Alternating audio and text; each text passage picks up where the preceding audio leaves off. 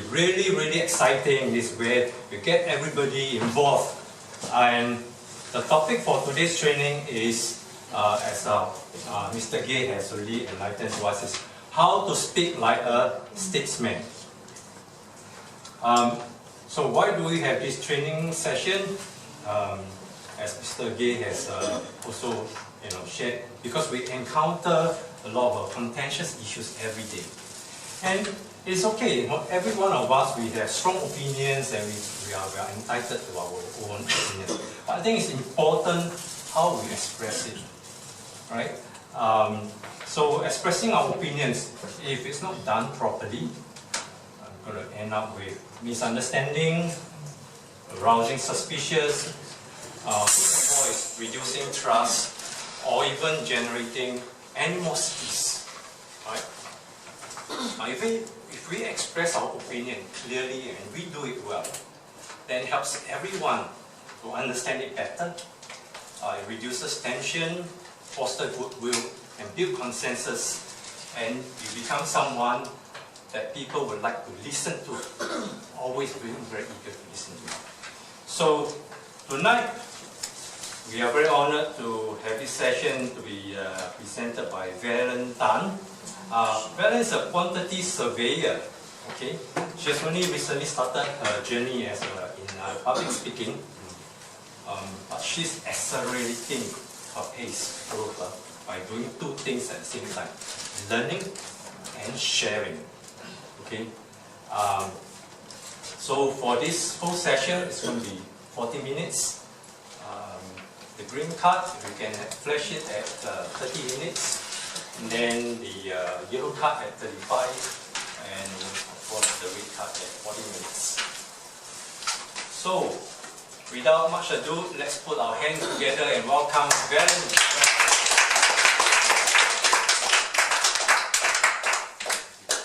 One, I will introduce first the speech structure, and second, I should introduce some topics. Third, I will invite some of you to talk on the topics. Okay. First, I will show you an example of how to use the speech structure. The example of today is, we want casinos in Singapore. So, for the part one, we will summarize the views of the opposition. For example, like when many people oppose having casino in Singapore, what's the reason, such as gambling addiction, loss of money, financial disaster, and depression, suicide. Next, we'll move to the part two, which we will summarize the views from the opposition. But there's a transition that we will highlight that the part one is the valid concerns, and why don't we agree of the consequences of who will not agree that we do not want such consequences for Singapore. So in part two, we will highlight the merits of having a casino in Singapore, such as bringing huge benefits, investment, and then jobs will be created for the construction, casino, and the tourism. And then we will move to the part three to tell people there how to move forward by having the casino, such as imposing the levy and having the restriction order by the families of the South. So let us look at the topics of today. I still remember when I was younger, because my family is somewhat Taoism and somewhat Buddhism. So sometimes at a particular month, then we will have some ceremony to burn incense papers. Yeah, I still remember when I was younger, I used to ask my parents, why are we doing this? Of course, back then my expression was much more innocent. Why do we do this? I still remember my father and my mother would say, don't ask so much. Okay, so sometimes because of that, and through experiences, okay, I learned that, hey, it feels like as if I'm being programmed to silence, to keep quiet. When we felt that there's something we need to raise up, okay, to raise our views, our friends will tell us that, no, don't talk about it, or I wish to ask something, please don't ask this other thing. But is that always true? Is silence really always golden? Sometimes we also need to, on the other hand, we also need to raise our views too, to let people know what we think. If constantly we are in silence, we do not, we have a view, we don't let other people know, nobody will know how we feel. And nobody will, and probably, maybe our views may be of a value add, okay, to another person, to give him a different perspective, okay, of the whole situation. So because of this, I felt that, true, sometimes silence is golden, but sometimes we also need to raise our opinion. If I can sum it up, sometimes we pick our battles. Yeah, okay. So this is my view. Fabulous evening, President. Yeah, Trump is mad to some people. Trump is also a genius. So it's up to you. Which side are you on? Let me see. Who thinks Trump is a mad? Mad. Mad. Okay, double mad. Who thinks Trump is genius? Mad genius. Mad and genius. Look at him. Maybe it's also all of us. At some time, maybe we are crazy, maybe we are mad, and sometimes we are genius. The only thing is whether we can be aware and conscious when we go crazy at times, or when we are genius. Okay. One thing people could say, he's mad, because he's not politically correct. And he's not a politician. He didn't follow his order. He's a Republican. And he beat them, and he won. And genius to a point, because if you don't like him, you're not interested in him. You don't look at him. But one thing that's intriguing is that at one point in time, all of us, from you to everyone in the room, you are richer than Trump. That's why that one winter night, cold, you can look at the beggar and say the beggar is richer than you. You know? And all these things you can Google, don't listen to me, check out, and you're like, why? He was down. He's not a bankrupt, he's not zero. And why I say at one point in time, you are richer than him. He's minus 900 million. And you can turn it around. And that is also understand what's the difference, what's the genius. And this, I hope you all can see and appreciate and learn. And this is the thing that you can see, what's the difference? What's the difference between him and a beggar and him and you? And the difference is that you have a brain, he has a brain, also contact. One thing, take note, that's why we are here. You do not know who are the millionaires around you. The networking. Maybe he got bright. And who he mixed with. If I got a friend here who got 1 million and Richard who got 10 million, he trusts me and he know I'll take care of you. You got 10 million right now. That's the reason why it's important that we can learn and be smart from it. So be a genius. Or if you can't be a genius, be mad.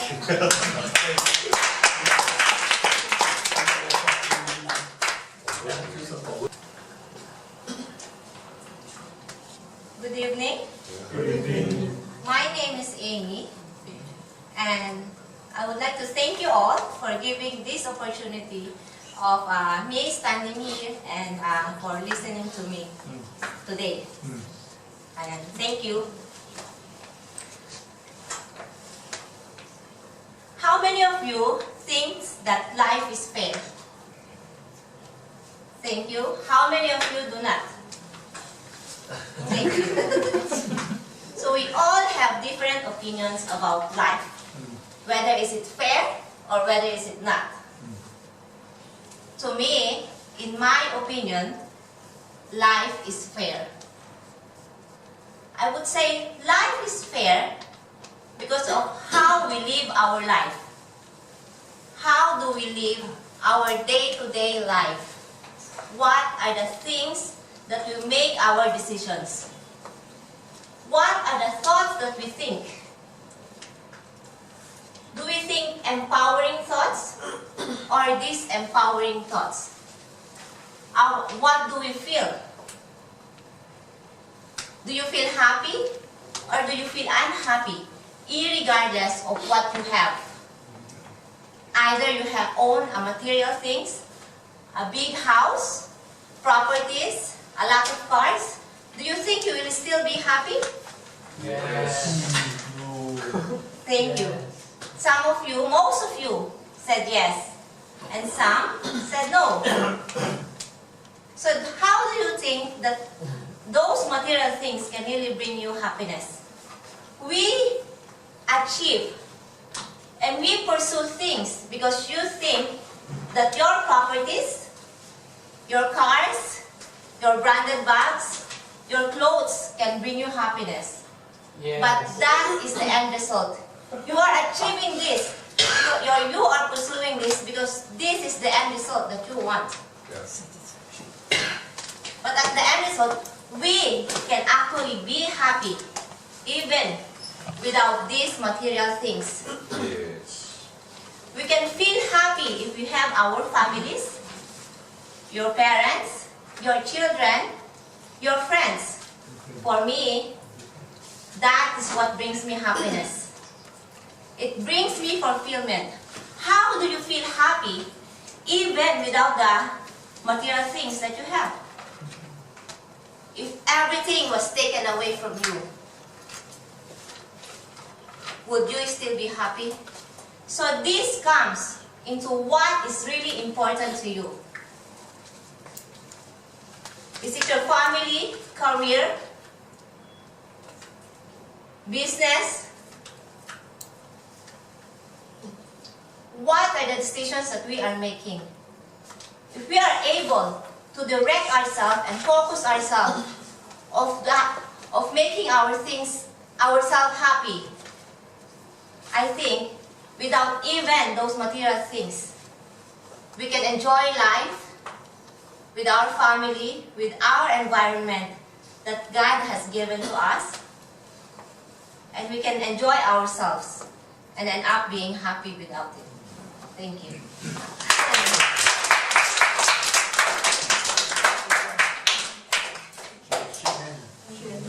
How many in this room believe Israel is right? Yes. Right. How many believe the Palestinians are right? Okay, you go outside and find out. Of course, the Israel is right.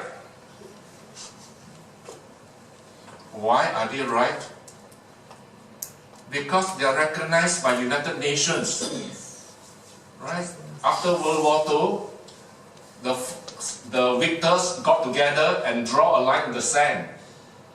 This part, Israel, homeland of the Jews. This part belonged to the Arabs.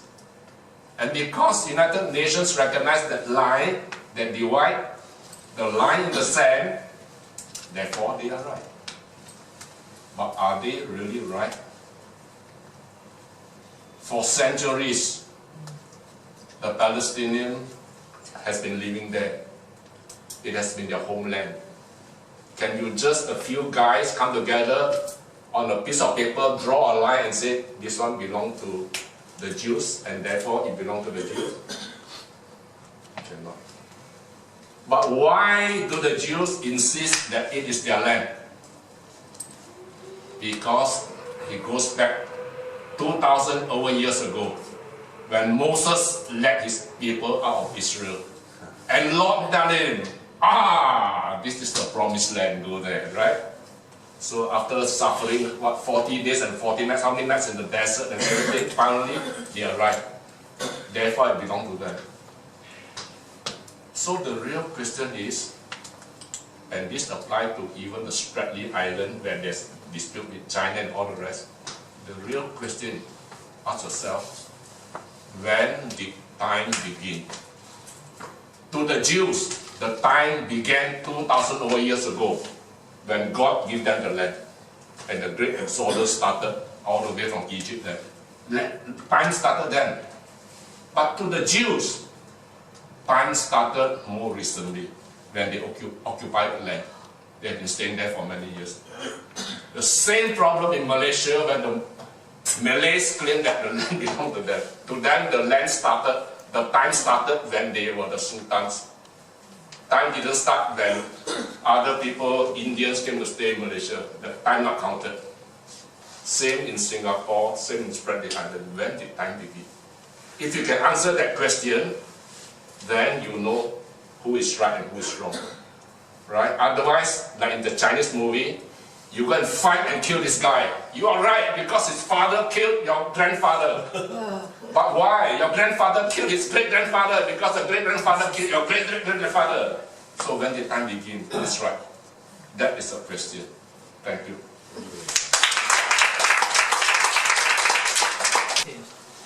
Let me have a show of hand.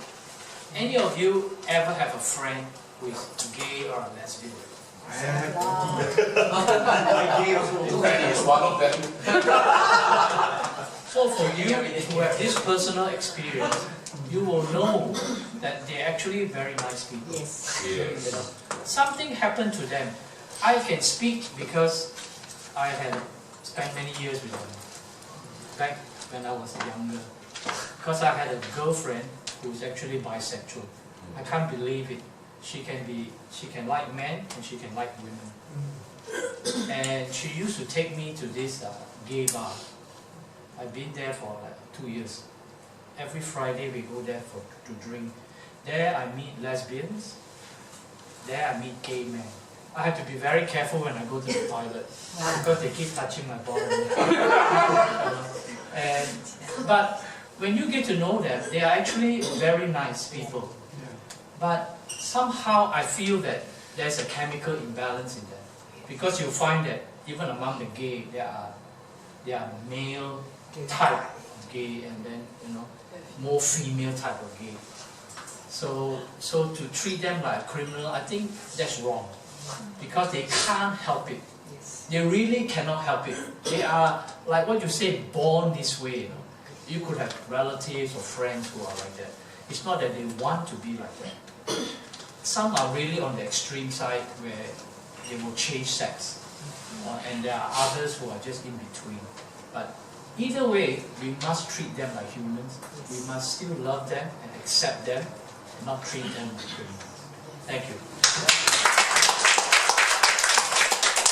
Okay, good evening to everyone, and thank you to Banteng and the group, Fernando and MC, for giving me a chance to share something here. Now, the topic today is about death penalty. Is it good or is it evil? How many of you think that killing someone is evil? Killing someone is evil. Okay. Killing someone is not evil. Good. Not killing people are good. Okay. So they are two-sided. Okay. So now the fact here is that death penalty is from some state like what Banteng said. The father killed the grandfather. The grandfather killed another grandfather. The killing will continue go on if there is no death penalty being imposed. Now, when death penalty is being imposed, it meaning taking away your life. Yeah. If your life is taken away, you're left with nothing. So it's a very kind of severe kind of penalty that you need to think twice before you do something. So I feel that the death penalty is something important that can restrict a human being from doing something that's really bad to another human being. Okay? So on the other hand, some people feel that it's evil. Yeah? Because you should give people a chance. True? Should we give people a chance? If, for example, Fernando first time go and rape a man, will he be giving a death penalty? Yeah, it may be very bad. Because let's say he did something to Thomas.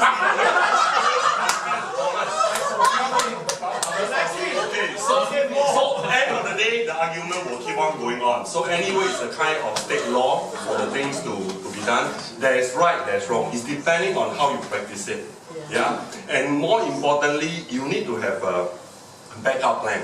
Okay, maybe Dr. Tang can come along or Fernando can come along to see whether Fernando should be death penalty or not. Okay, so there should be a backup plan. Okay, the death penalty is a good way to control, but you need a backup plan to see whether that one is it a fair way to penalize and to kill a person. Okay, so thank you very much. If money can buy happiness, it could be like a coin. You flip front and back. It's yes or no, right? So today, who don't want to achieve happiness in life? From the single, who is in the single mood now? Today only, right? So you also want to find happiness in terms of a lot of things, for the kind of like happiness in terms like lover, money again, and happiness again. It consists everything. True? And in fact, to us, when we carry on to career, who is happy with the career? It's only two gentlemen. The rest is the rest is so-so. So why? What do you mean by so-so? Happiness doesn't mean that you achieve everything in just like that. It's actually consider everything in your life. 8 balances. What do you mean by 8 balances? It could be financial freedom. Happiness in terms like what? Married, get a beautiful wife, or beautiful man, or handsome man. Okay? And what else? Porsche. Porsche. Luxury life. Like ladies, maybe 5C, 4C, or whatever C that you mentioned. A lot of things that can be conceived. And then what else? Make you nicer. Correct. Beauty and confidence. You're right. The beauty and confidence. When we go out, we have to be confident in our life in terms of everything, regardless man or woman. Am I right? Yeah. Right. Yes. We don't want to be the so-so. If the so-so, you will achieve so-so result. So we want to be super. Wow, that's nice. So that's happiness. And what happiness that we want to achieve? A lot of things. For men, money again. Happiness in terms of achieve. Money. That's what else? Many lovers. Many lovers. Yeah, go back to the what we have achieved. So today, let's achieve happiness by giving. Wow. Giving is More happy. more happy. Always treat others the way you want to be treated. Thank you, everyone. Okay. Okay, good evening everyone. My name is CK. I'm very happy to be here because I get to practice my speech. I have the freedom to practice my speech here. And I'm sure just now every one of you, when you come here, you can see that everyone has expressed their freedom of speech as well. Well, our opposition says we have no freedom of speech.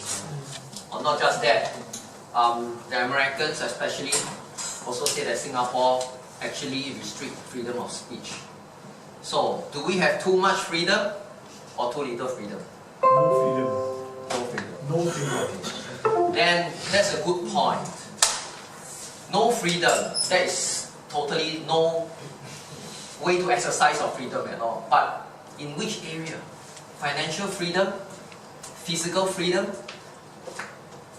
There's many levels of freedom. So what are we talking about? Freedom always comes with power, or power comes with freedom. For example, when we are born, do we have any freedom? We cry, we wet in our napkins, and our mother or father put in the naito into our mouth, right? We just cry. As we grow older, our physical freedom involved, right? We are able, we achieve our dreams.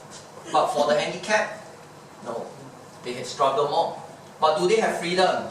Yes and no. Some will just remain as a handicap because they see themselves as a handicap.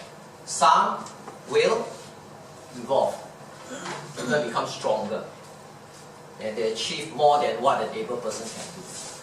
So I would say freedom, too much, too little, depends on yourself. How you empower yourself to achieve that freedom. But again, freedom is bounded by time. I have freedom to come here to give a speech. I don't have the freedom now or the time to do my work, which I'm piling up for tomorrow because